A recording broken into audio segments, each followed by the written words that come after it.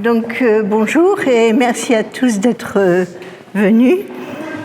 Aujourd'hui, je vais vous parler du champ de bataille de Malplaquet, du lieu où s'est déroulée la bataille du 11 septembre 1709.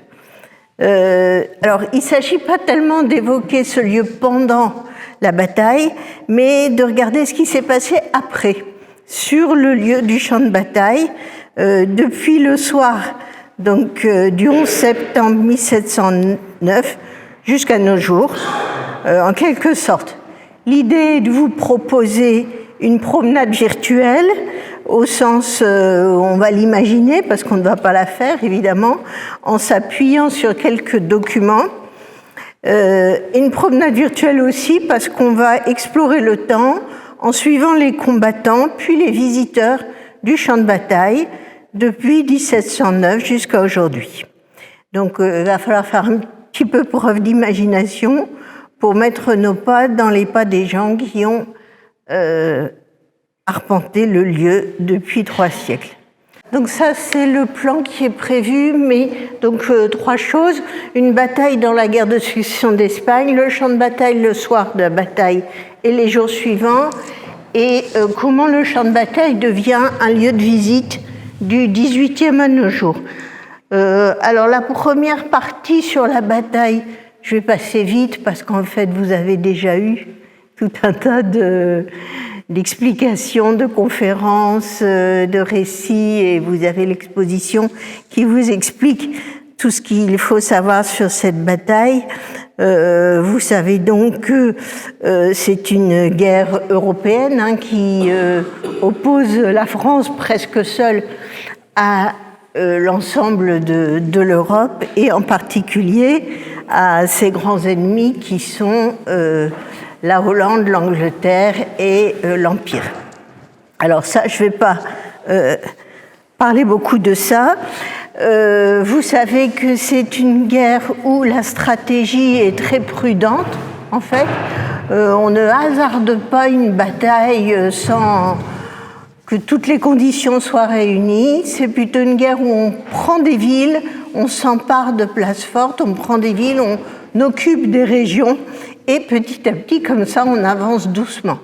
Alors, au début de la guerre, en 1702-1703, les Français avaient gagné quelques batailles en Allemagne, en Italie, et puis très vite, dès 1704, ça se retourne, et les Français sont vaincus, d'abord sur les côtes, à la frontière allemande, et puis très vite dans ce qu'on appelle les Pays-Bas, c'est-à-dire en gros la Belgique actuelle, au point que en 1708, la ville de Lille est prise, le territoire français est donc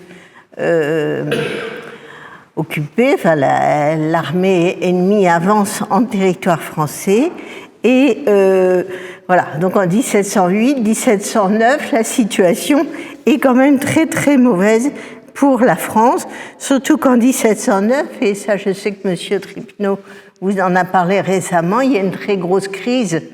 Il y a un hiver très froid, tout gèle, les plantes gèlent, on ne sait plus comment nourrir les populations, et on nourrit toujours en priorité l'armée.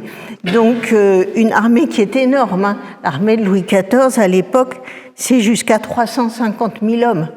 Donc la situation est quand même très très compliquée. Louis XIV est prêt à faire d'énormes concessions pour obtenir la paix, y compris à céder l'île à ses ennemis.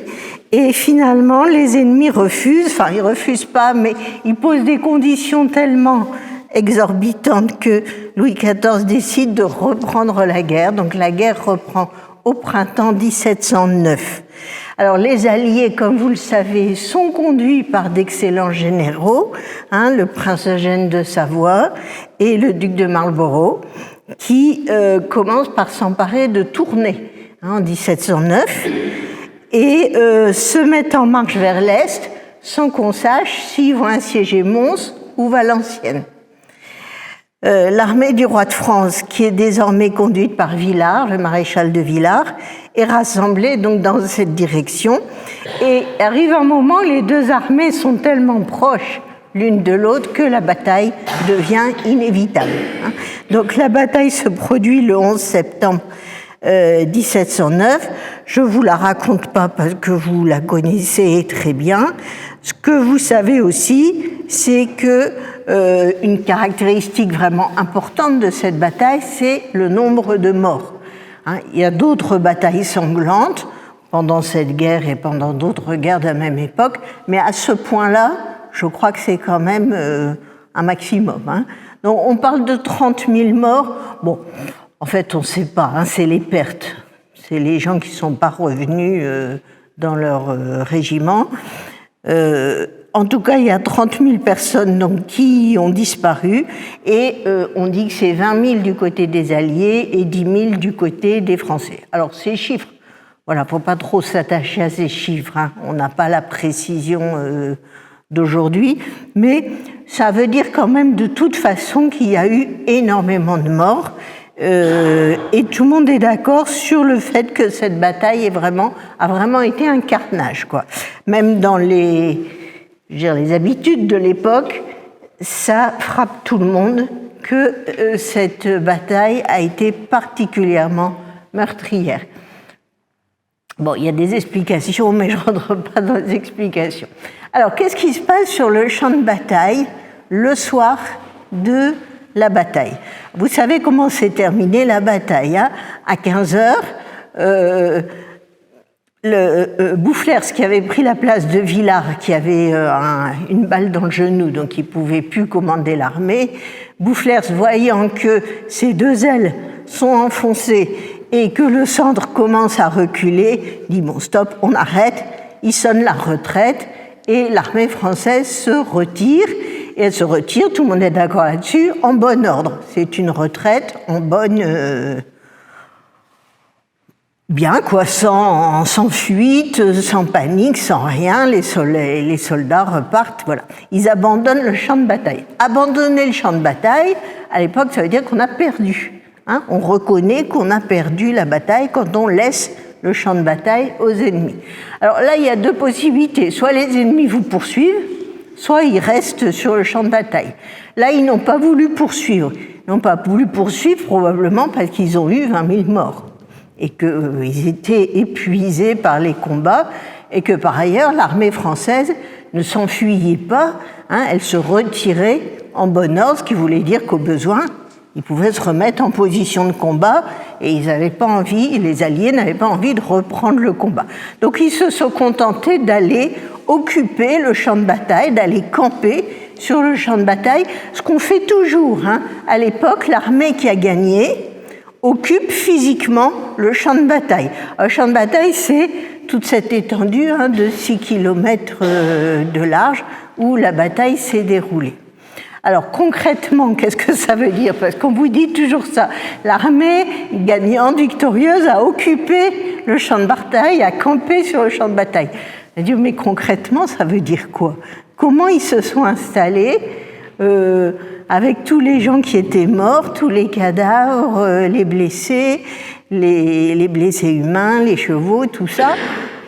Où est-ce qu'ils ont campé exactement? Ça, on n'en sait rien. On n'en sait rien. On imagine qu'ils ne campaient pas quand même en plein milieu des cadavres. En tout cas, on sait qu'ils sont restés, donc les Alliés sont restés sur le terrain 24 heures. Et après, ils sont retournés vers leur camp qui était du côté de la Belgique, là, du côté de l'abbaye de... attendez, j'ai noté ça quelque part, je vous le redirai après. Donc l'armée française s'est retirée. Du coup, on n'a pas beaucoup de témoignages du côté des Français sur ce qui s'est passé sur le champ de bataille, puisque les Français sont partis. Les rares témoignages qu'on a, c'est les officiers blessés, qui sont restés blessés sur le champ de bataille et qui ont réussi à être soignés et à pouvoir écrire leur mémoire et dire un petit peu ce qui s'est passé. Sinon, après, évidemment, vous avez tout un tas de lettres, tous les officiers qui écrivent à Versailles, tout le monde écrit à ses amis pour raconter ce qui s'est passé, comment il a vu la bataille. Bon, bien sûr, on a des récits de la bataille, mais des récits de ce qui s'est passé sur le champ de bataille, on en a très très peu. Il faut donc aller voir du côté des Alliés, qui, eux, ont donc occupé le champ de bataille et peuvent dire ce qui s'est passé. Donc je vous disais, on sait qu'ils sont restés au moins 24 heures avant de reprendre la route pour aller vers Mons. On a un premier témoignage du jour même, du 11 au soir, du duc de Marlborough. Voilà. Le duc de Marlborough, donc le général en chef des Anglais, qui écrit à sa femme le soir, donc je traduis à vue de nez, je suis tellement fatigué que je n'ai plus de force, sauf pour vous dire que nous avons eu aujourd'hui une bataille très sanglante, bloody battle. La première partie du jour, nous avons battu leur infanterie et après leur cavalerie. Que Dieu soit loué, c'est maintenant notre pouvoir d'avoir la paix que nous voulons et je suis vraiment bien assurée de ne jamais être dans une autre bataille. Alors ça, la dernière phrase, on va s'apercevoir qu'il se trompe, puisque la guerre va continuer encore jusqu'en 1712 et il y aura d'autres batailles. Mais à la fin de cette bataille, il est persuadé qu'il n'y aura plus d'autres batailles parce qu'il y a eu trop de morts, parce que la bataille a été trop importante. Donc déjà, vous voyez, nous avons eu ce jour une bataille très sanglante. On a un autre témoignage des écrits de Marlborough, un autre témoignage de Marlborough où,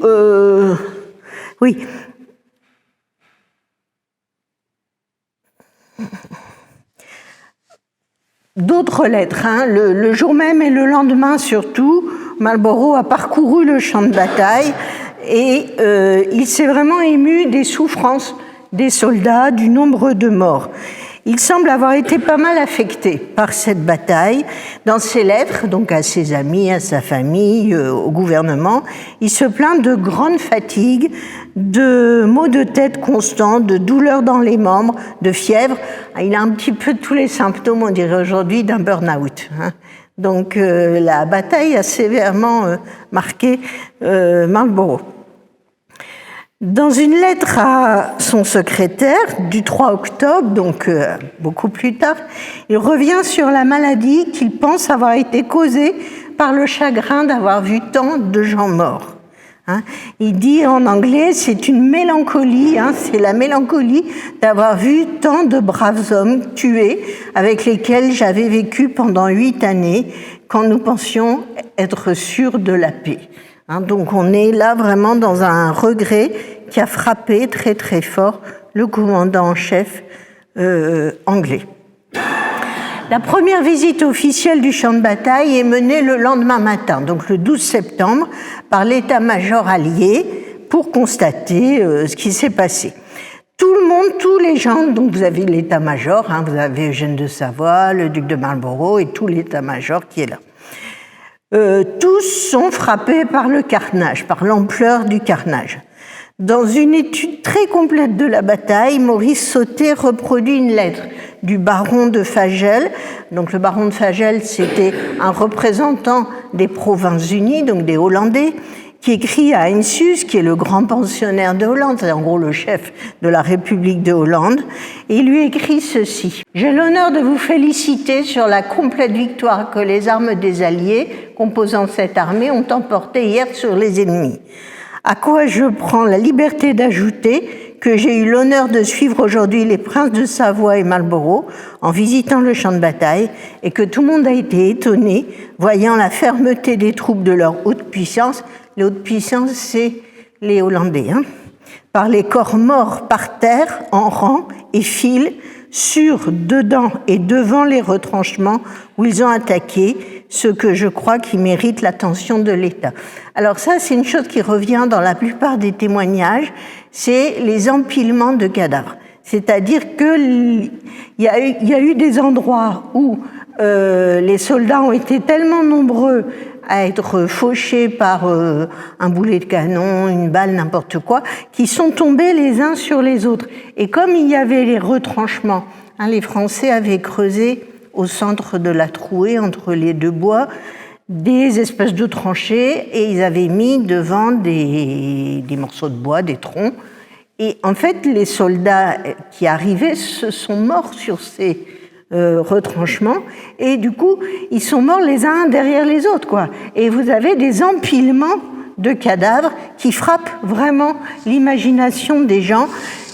Ces gens, ils ont l'habitude de voir des cadavres, ce sont des soldats professionnels, ils ne s'émeuvent pas de voir une plaine jonchée de cadavres. Mais ça les a vraiment marqués, plusieurs le disent, de voir cet empilement de cadavres les uns sur les autres. Une autre lettre du comte d'Albemarle à Heinsius du 12 septembre.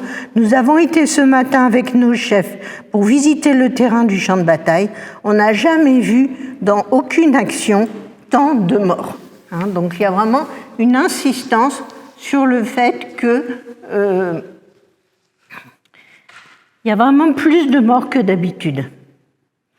Et on a le témoignage du major Blackadder, donc qui est un major, un officier de l'armée anglaise, qui écrit le lendemain de la bataille et qui dit ceci: donc dans toute ma vie, je n'ai jamais vu des corps morts étendus de manière aussi épaisse que comme ils étaient dans certains endroits le long des retranchements, particulièrement à la batterie que les gardes hollandaises ont attaqué.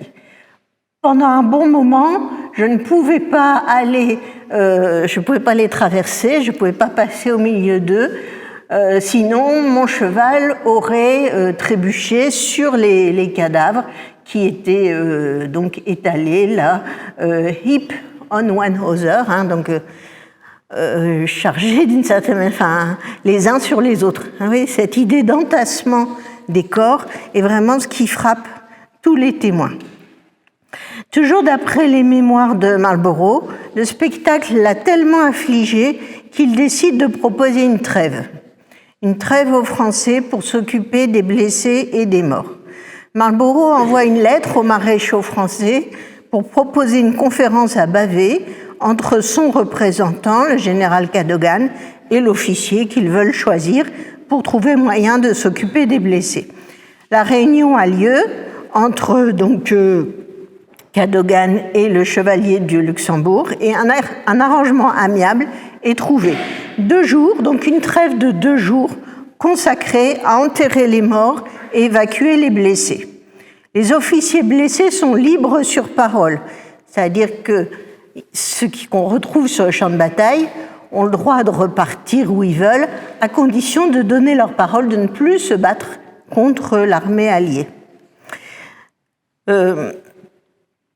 Les soldats blessés sont considérés comme prisonniers de guerre jusqu'à ce qu'ils soient échangés contre des prisonniers alliés. On parle alors de 3000 blessés. Mais on est déjà là le surlendemain de la bataille, donc il y a un certain nombre qui sont morts entre deux. Les morts, quant à eux, sont enterrés, on nous dit, dans des fosses communes, creusées sur le champ de bataille même, et vu la concentration des troupes au centre de la trouée, dans la partie centrale où a eu la bataille, on peut imaginer que c'est par là que sont les plus nombreux cadavres. Il y a certainement des fosses communes à cet endroit-là.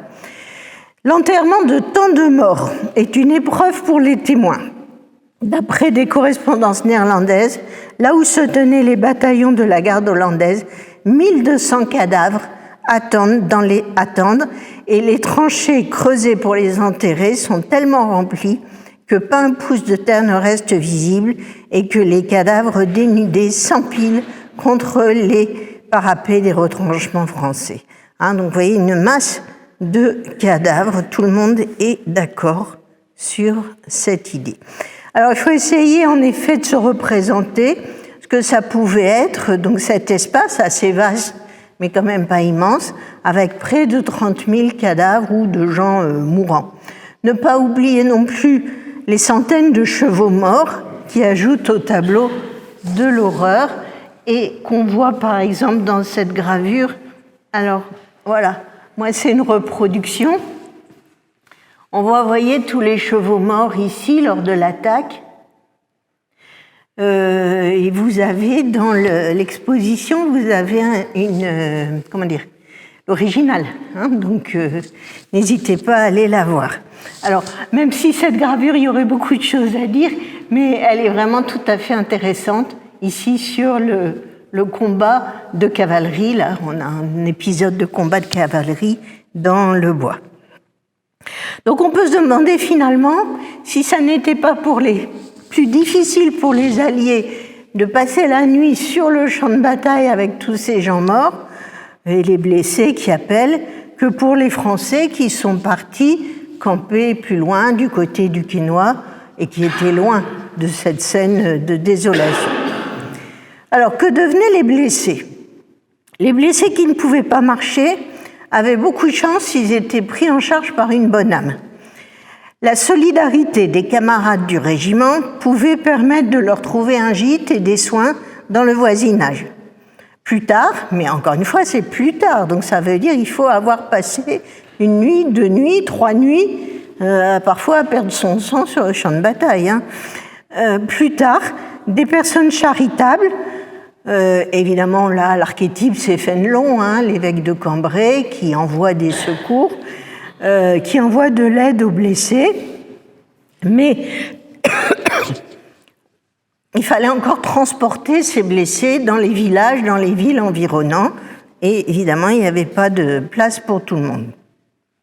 Alors, dans un numéro des anciennes revues, que vous pourrez retrouver sur Internet si vous la cherchez, Archives historiques et littéraires du nord de la France et du midi de la Belgique, publié en 1854, un historien de l'époque qui s'appelle Arthur Dino raconte une histoire d'un sauvetage qui est tout à fait intéressante. Alors, je vais vous la raconter.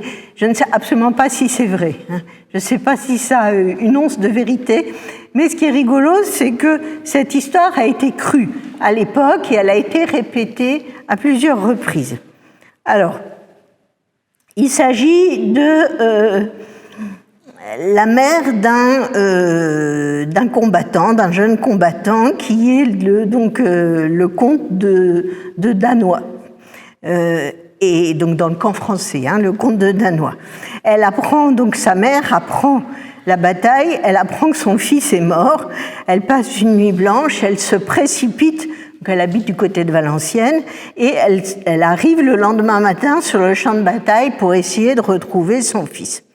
L'auteur dit alors, elle arrive au milieu du désordre inséparable de la suite d'un terrible carnage. Rien ne l'arrête. Elle visite tout le champ de bataille et assiste aux scènes les plus déchirantes. Enfin, après 1000 recherches faites dans des conditions telles qu'on ne peut supposer qu'une femme puisse les supporter, elle retrouve le corps de son fils nu, déjà dépouillé, je reviendrai après sur les cadavres nus, confondu avec une multitude de cadavres et prêt à être jeté dans une sépulture commune. Donc ça, c'est intéressant, parce qu'on retrouve cette idée que, voilà, une fois que les gens sont morts, on les dépouille de leurs habits et on les jette dans une fosse commune. Alors, je vous résume la suite. Aidée par sa femme de chambre, elle s'empare du cadavre de son fils, le met dans son carrosse et reprend la route vers Valenciennes. Et là, dans le carrosse, grâce à ses soins, à la chaleur, au mouvement du carrosse, le mort ressuscite, le jeune comte de Danois reprend vie. Alors, je ne sais pas d'où sort cette histoire, où Arthur Dino l'a trouvée, mais cette idée d'une résurrection du comte de Danois est un peu passée en proverbe. On la retrouve plus tard, d'autres gens en parlent. C'est pas impossible du tout, bien sûr. Pas hyper probable, mais c'est pas totalement impossible. Il est certain que dans les blessés, dans les morts qu'on jette dans les fosses communes, il y a peut-être des gens qui n'étaient pas tout à fait morts. Hein, ça, c'est pas impossible non plus. La plupart des blessés n'ont pas eu la chance d'être secourus par une mère aimante.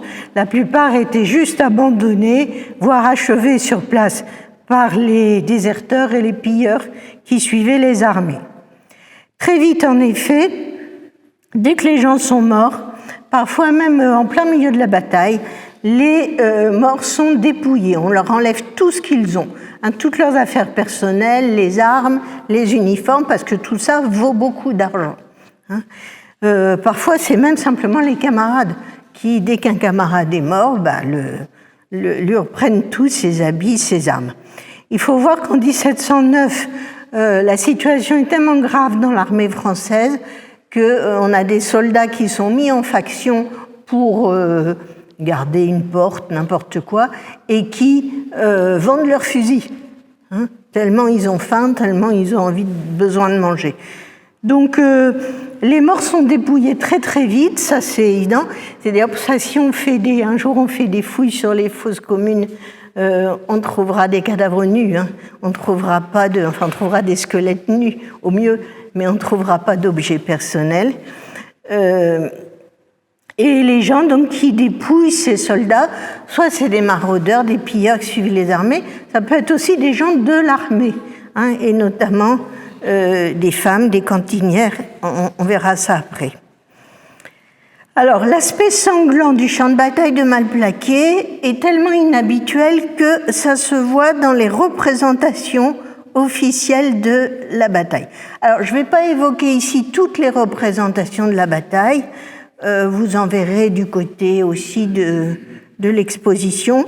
Il y en a peu du côté français, forcément c'est une défaite. On représente rarement les défaites. Mais on en a quelques-unes du côté des vainqueurs anglais et hollandais. Alors, on a par exemple les tableaux qui ornent la maison que Marlborough s'est fait construire peu de temps après, à Londres.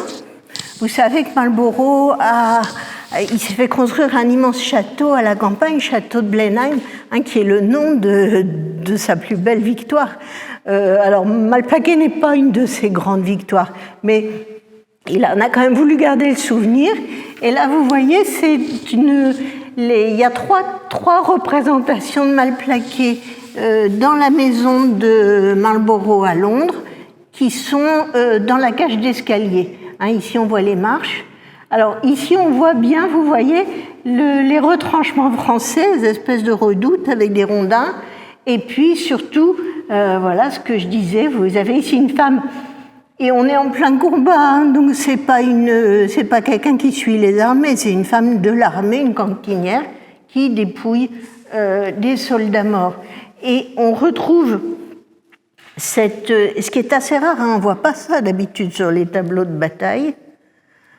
Voilà, et vous voyez ici, même chose ici, l'attaque des Anglais dans les retranchements français avec les soldats morts et déjà dépouillés au centre dans la cage d'escalier.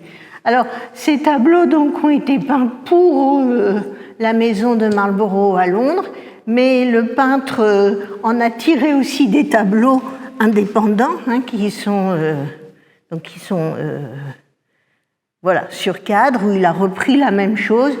On retrouve ici les soldats et on voit ici les bois dans lesquels pénètre le prince Eugène et ensuite les soldats dans les retranchements français.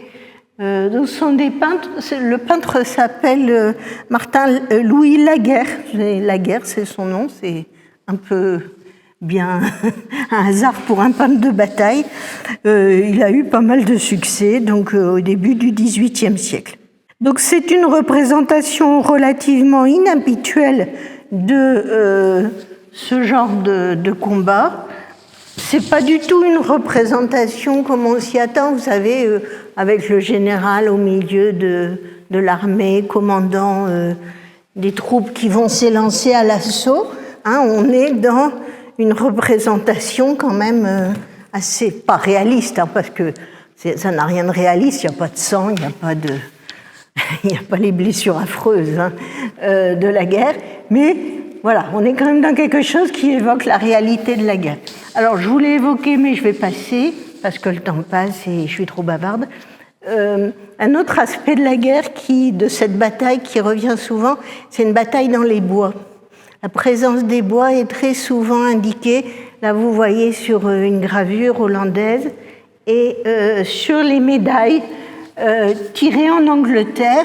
Donc la reine Anne d'un côté et de l'autre côté la bataille de Malplaquet. On voit les troupes, et on voit surtout les arbres, ce qui évoque un peu cette bataille dans les bois. Je vais passer maintenant à ce qui s'est passé plus loin, quand on est arrivé après, quand le champ de bataille n'est plus le lieu où il y a des morts et des blessés, mais où ça devient simplement un endroit qu'on visite. Donc le champ de bataille comme lieu de visite. J'ai un de mes collègues qui s'appelle Gilles Malandin, que vous retrouverez dans l'ouvrage qu'on vous a montré, qui dit qu'il y a deux sortes de visites. Il y a sur les champs de bataille, il y a des visites savantes avec des militaires qui viennent pour apprendre, pour reconstituer les batailles, pour réfléchir à la stratégie. Et puis il y a les visites mémorielles qui sont plus émotionnelles, où on vient réfléchir à la mémoire des gens. Alors on trouve ça effectivement à Malplaquet. Vous avez d'abord des visites qui sont souvent par des officiers français après la guerre, qui viennent sur place et qui essaient de comprendre pourquoi on a perdu la bataille, qu'est-ce qu'il aurait fallu faire pour la gagner. Alors vous avez un exemple de ce genre de visite avec une visite programmée pour le duc de Chartres en 1741. Un voyage de formation militaire est organisé pour le duc de Chartres dans les provinces, donc du nord de la France, et il va visiter un peu tous les grands champs des grandes batailles de Louis XIV. Donc on est en 1741, le duc de Chartres en question, c'est Louis-Philippe d'Orléans. Il a 16 ans en 1741. Alors on lit ce passage. Pendant le séjour à Maubeuge, monsieur le duc de Chartres ira reconnaître le champ de bataille de Malplaquet. Sur quoi deux objets se présentent à examiner. L'un, la conduite de monsieur le maréchal de Villars avant l'action, l'autre, sa disposition pour le combat. L'objet de monsieur de Villars devait être d'empêcher le siège de Mons, et dès que pour y parvenir, il lui était permis d'engager une affaire générale, il semble qu'il devait se presser de joindre les ennemis avant que le corps de troupes qui venait de prendre tournée eût pu fortifier l'armée du prince Eugène. Donc ça, c'est un peu la grosse critique que tout le monde a fait à Villars. Villars a attendu, et le temps qu'il attende, toute l'armée du prince Eugène qui était à tourner a eu le temps d'arriver, et du coup, les Français se sont trouvés en infériorité numérique. Donc là, on explique pourquoi.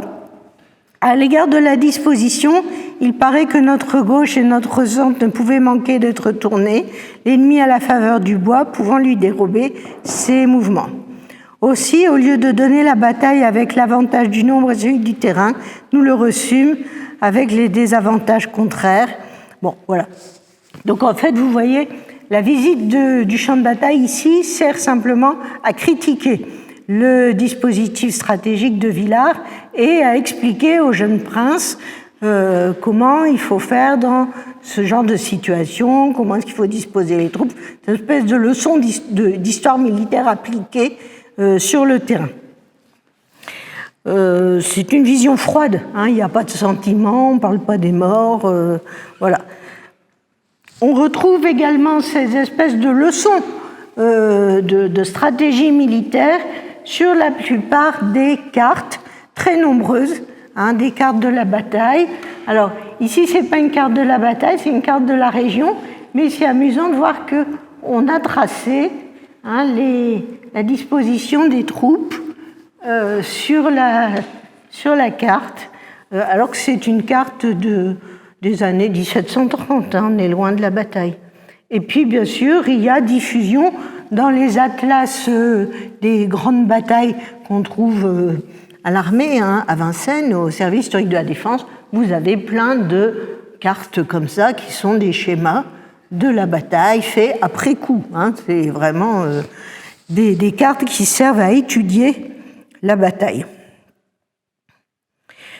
Donc cette visite rationnelle par des experts militaires, donc elle a commencé très rapidement et elle a duré tout le XVIIIe siècle. Et ce qui est amusant, c'est qu'elle continue encore aujourd'hui, pas tellement pour les Français, mais pour les Hollandais. un des collègues qui a écrit dans l'ouvrage collectif, là, Wim Klinkert, qui est un historien, il donne des cours à l'Académie militaire de Breda et ils font régulièrement des voyages ici, s'arrêtent à Malplaquet, ils expliquent la bataille parce que pour eux, ça reste important de bien comprendre cette bataille. Donc ça, c'est vraiment la visite militaire. Hein. Et comme je vous dis, ça a commencé assez rapidement et ça s'est poursuivi jusqu'à aujourd'hui. Il paraît aussi que Churchill est venu, le Churchill que vous connaissez, hein, celui de la Deuxième Guerre mondiale, qui est un descendant de Marlborough, est venu et qu'il a refait lui aussi dans sa tête les péripéties de la bataille. Alors, ça nous intéresse moins que finalement la visite par des simples civils, par des gens qui sont venus voir autre chose sur le champ de bataille. C'est le début de ce qu'on appelle le tourisme de bataille. On considère généralement que le tourisme de bataille il commence avec Waterloo. Parce que dès la fin de Waterloo, il y a des gens qui arrivent de toute l'Europe pour visiter le champ de bataille. Hein, et il y a une industrie du tourisme à Waterloo qui a commencé dès le lendemain de la bataille. Mais en fait, pour des grands lieux de bataille comme Malplaquet, eh bien, il y a des visiteurs déjà au XVIIIe siècle, bien avant Waterloo, donc, et notamment les visiteurs, les voyageurs hollandais qui visitent le nord de la France. Et c'est un peu, comment dire, c'est la petite excursion, hein, ils aiment bien, ils viennent visiter le nord de la France. Et au passage, ils visitent les villes, évidemment, qui ont été assiégées, mais aussi les lieux de bataille, alors que les victoires hollandaises. Hein. Ils ne visitent que les victoires hollandaises et ils visitent Malplaquet, parce que pour eux, c'est une visite importante. Alors, c'est l'occasion d'un tourisme, je veux dire, nationaliste. Hein. On ne pleure pas les morts, on ne s'émeut pas sur le carnage, on visite le champ de bataille et on dit, voilà, un endroit où nous avons gagné. Hein. Les choses changent au XIXe siècle. Au XIXe siècle, vous savez que c'est l'époque du romantisme, du goût pour le funèbre, pour la nature. C'est aussi l'époque du développement d'un sentiment national. Tout ça se conjugue pour rendre la visite du champ de bataille intéressante. Alors, je ne résiste pas au plaisir de vous montrer ce petit passage d'un noble qui s'appelle Paul de Molène. C'est un officier, un homme de lettres, c'est un monarchiste légitimiste, donc bien à droite, hein, qui prétend avoir retrouvé une lettre de ses ancêtres combattants Malplaquet, écrite 2 jours après la bataille. Alors, le passage intéressant, donc c'est publié dans le Moniteur le 4 septembre 1860. Voilà, c'est un peu long, mais ça vaut son pesant d'or. Un hasard de ma vie m'a permis de visiter, il y a quelques jours, un champ de bataille qui a pris pour moi maintenant quelque chose du foyer domestique. Je me suis avancée avec une sorte de piété dans ces lieux qu'ont vu 3 des miens, à travers une fumée, au sein d'un mouvement et d'un bruit, aujourd'hui disparus comme leur regard. Malgré les reproches d'indifférence que les poètes adressent sans cesse à la nature, les lieux me semblent garder, avec plus de fidélité même que nos âmes, la trace des émotions qui les ont traversées. Bon, très honnêtement, c'est dans sa tête, hein, parce que évidemment, sur les lieux, il n'y a plus aucune trace du combat du 11 septembre 1709. Mais dans son imagination, il imagine tout ce qui réapparaît, la fumée, le fracas des armes. Dans le drame qui a ce monde pour théâtre, un auteur divin, mais toujours suivant moi, en harmonie les événements, les personnages et les décors. Alors, bon, voilà, il dit que ça l'a frappé aussi sur le champ de bataille de Solferino. Et pour en revenir à Malplaquet, c'est un lieu tout à fait propre à l'action solennelle qui s'y est accomplie. C'est une plaine que l'on pourrait appeler une immense clairière, car elle est presque de toutes parts enserrée par de grands bois. La forêt funeste qui masqua les mouvements de l'ennemi sur notre gauche trace encore à l'horizon une ligne noire. Les bois où s'appuie à notre droite sont élevés et touffus. Leur feuillage s'épanouit dans le ciel gris des Flandres avec une majestueuse ampleur. Ce paysage dans son ensemble a une grâce attristée et fière. Il a raison dans sa tristesse et dans sa fierté. Cette partie du sol français qu'on foulait des pieds ennemis a vu une de ces luttes inégales qui sont la gloire fatale de notre nation. Les prodiges qu'elle a portés sont restés sous un voile sanglant et funèbre. Voilà son droit à être triste. Donc voilà, voyez un peu l'évocation, la simple visite des lieux l'amène à évoquer la bataille et à en tirer toute une expression de sentiment. On a donc ici une visite du champ de bataille, vous voyez, qui est très différente de celle du duc de Chartres en 1741. Alors, est arrivé ensuite ce qui est arrivé sur la plupart des grands champs de bataille, c'est-à-dire la monumentalisation et bien sûr, en 1909, l'érection du monument que vous connaissez tous. Et après, si je puis dire, ce monument est un petit peu le lieu de cristallisation des visites de la bataille. Chaque fois qu'une visite officielle se faisait à Malplaquet, il y avait un dépôt de fleurs au monument, il y avait toujours quelque chose autour du monument. Alors, il ne faut peut-être pas trop exagérer la ferveur patriotique et l'émotion mémorielle ou nationaliste qui s'empare des visiteurs. Et là aussi, je vous invite à regarder les mémoires de la Société d'émulation de Cambrai.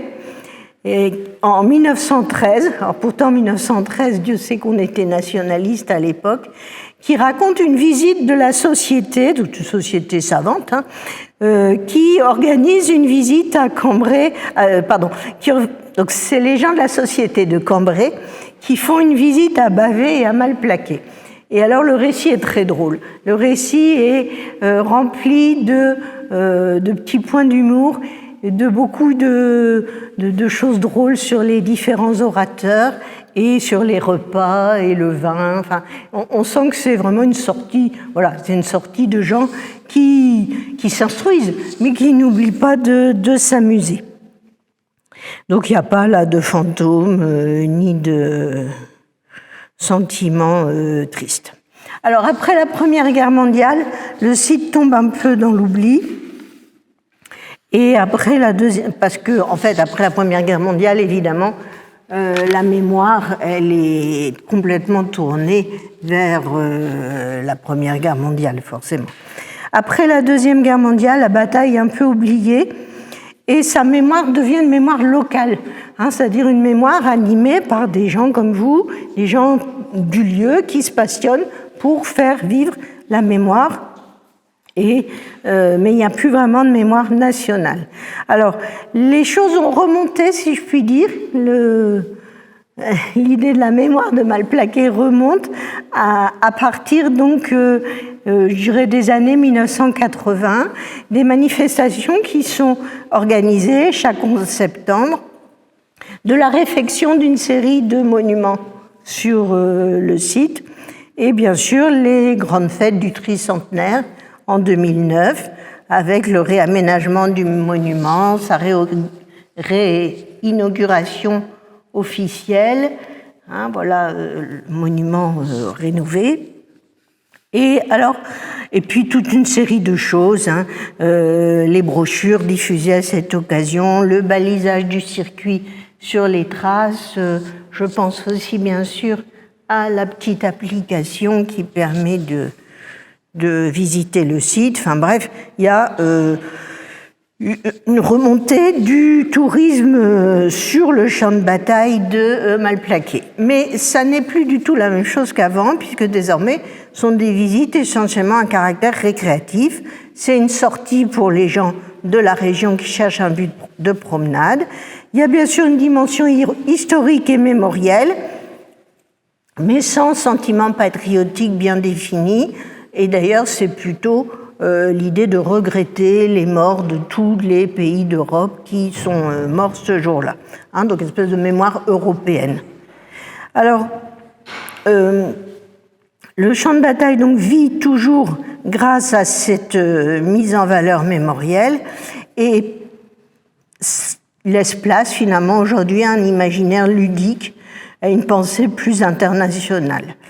Pour terminer, je voudrais faire une petite mention spéciale du livre d'une photo, voilà. Voilà la représentation du champ de bataille de Malplaquet dans le livre du photographe Yann Morvan, paru en 2015, qui s'appelle Champ de bataille. Voilà donc la photo du champ de bataille de Malplaquet par Yann Morvan. Alors évidemment, c'est la prise de vue qui est frappante, avec pratiquement les 3/4 de la photo sont occupés par la terre et le ciel est réduit à une toute petite bande au-dessus. Et alors, ce qui est intéressant, dans le livre, il y a des champs de bataille très récents, très actuels.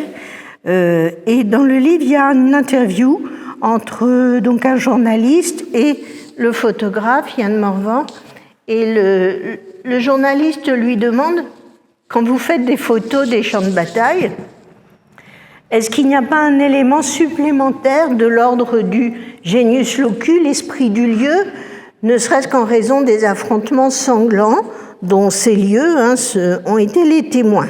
Que reste-t-il dans un espace limité où beaucoup d'hommes meurent dans un laps de temps restreint? Le lieu porte-t-il des marques invisibles que la photographie, comme par miracle, pourrait révéler? Une impression au vrai sens du terme. Ça, c'est drôle, parce que cette idée que la photographie permet de voir les fantômes, un petit peu ça qu'il y a derrière. Et Yann Morvan, donc le photographe, il répond comme une empreinte, finalement, je ne sais pas. Mais chaque prise de vue participe d'un recueillement, non pas une commémoration, mais véritablement un recueillement. Je n'essaie jamais de faire de belles photos ou de belles images, au sens esthétique du mot, car ce serait trahir l'esprit des combattants, prendre part au spectacle. Et qui peut dire que la guerre est une belle chose, quand bien même elle serait juste? Alors sur le terrain, je n'attends pas la jolie lumière qui va bien, je prends les choses telles qu'elles sont, telles qu'elles se présentent à moi, à ce moment-là, toujours dans l'esprit de la quête. Donc là, on est quand même dans un sentiment qui n'est pas très loin de celui que Paul de Molène exprimait en 1860, sur le fait que il revivait d'une certaine manière, il avait le sentiment de revoir la bataille. Donc finalement, le champ de bataille, c'est quoi? C'est un espace vide où chacun inscrit sa propre vision. Un espace vierge où l'imagination peut se déployer en fonction de sa propre sensibilité et de celle de son époque. Les relations des visites au champ de bataille de Malplaquet, depuis le lendemain du carnage de 1709 jusqu'à aujourd'hui, illustrent bien ce phénomène. Voilà, je vous remercie. J'espère que je n'ai pas été trop longue. Je disais que même si on est en période d'Halloween, qui est une fête païenne, on a quand même entendu parler beaucoup de fantômes. Et nous, on est ici dans une église et on ne peut pas s'empêcher de penser à tous ces morts, à tous ces blessés, à toutes ces familles endeuillées, comme il y en a encore beaucoup de nos jours en ce moment. C'est pas très gai non plus. Mais je pense que c'est intéressant de savoir ce que sont devenues ces personnes qui étaient là, qui ont combattu contre nous, pour que nous puissions quand même un jour leur rendre hommage. C'est ce qu'on essaie de faire à travers l'association. Et on vous remercie, Mme Denis, de nous avoir apporté des précisions. Et puis, je pense aussi que grâce à ces gens-là, on est quand même resté français, parce que s'il n'y avait pas eu Malplaquet, on ne sait pas ce qu'on serait devenu. On sera peut-être un petit peu mieux mis au courant d'ici 3 semaines, quand on aura la prochaine conférence, qui sera